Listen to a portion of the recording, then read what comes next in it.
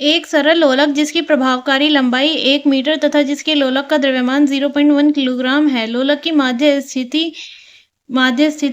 वह स्थिति जिसमें रस्सी ऊर्ध्वाधर है। ठीक है, रस्सी की माध्य स्थिति कौन सी है? जिसमें हमारी रस्सी कैसी है?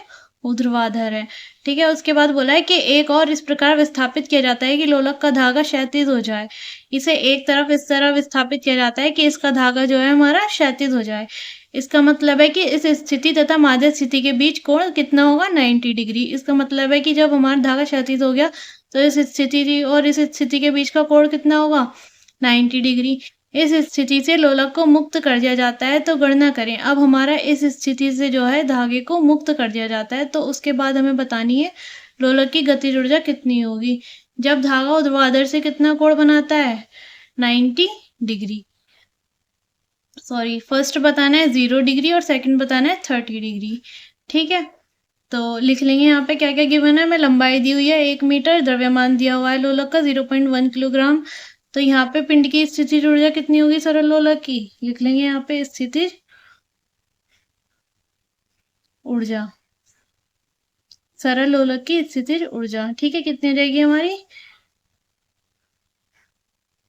mgh। ठीक है, द्रव्यमान कितना है हमारे पास? 0.1।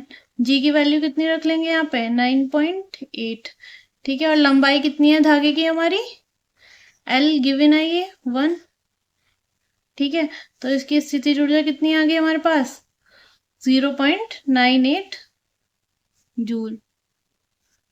ठीक है, अब हमें पूछा है कि जब हमारा धागा जो है ऊर्ध्वाधर से कैसा कोण बनाता है?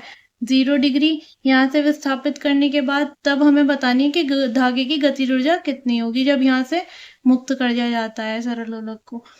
तो इसकी गतिज ऊर्जा किस में परिवर्तित हो जाएगी? स्थितिज ऊर्जा में। तो कितना हो जाएगा? Kinetic energy is equals to potential energy. Kinetic energy is equals to कितनी होगी? Potential energy mgh।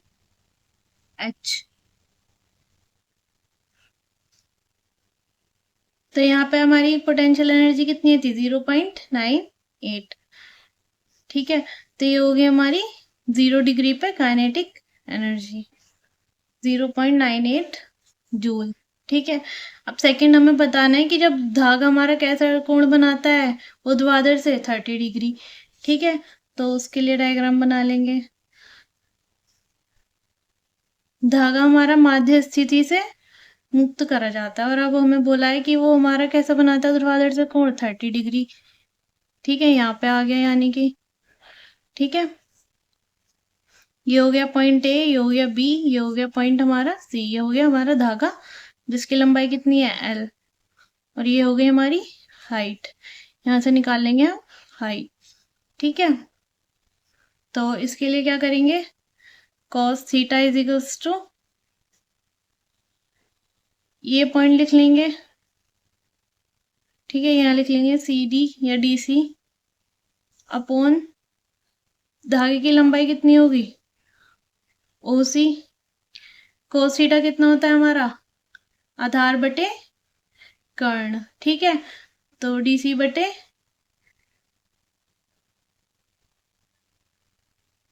ओ सी। तो कितना आ गया? cos 30 degree is equals to D C कितना है हमारा?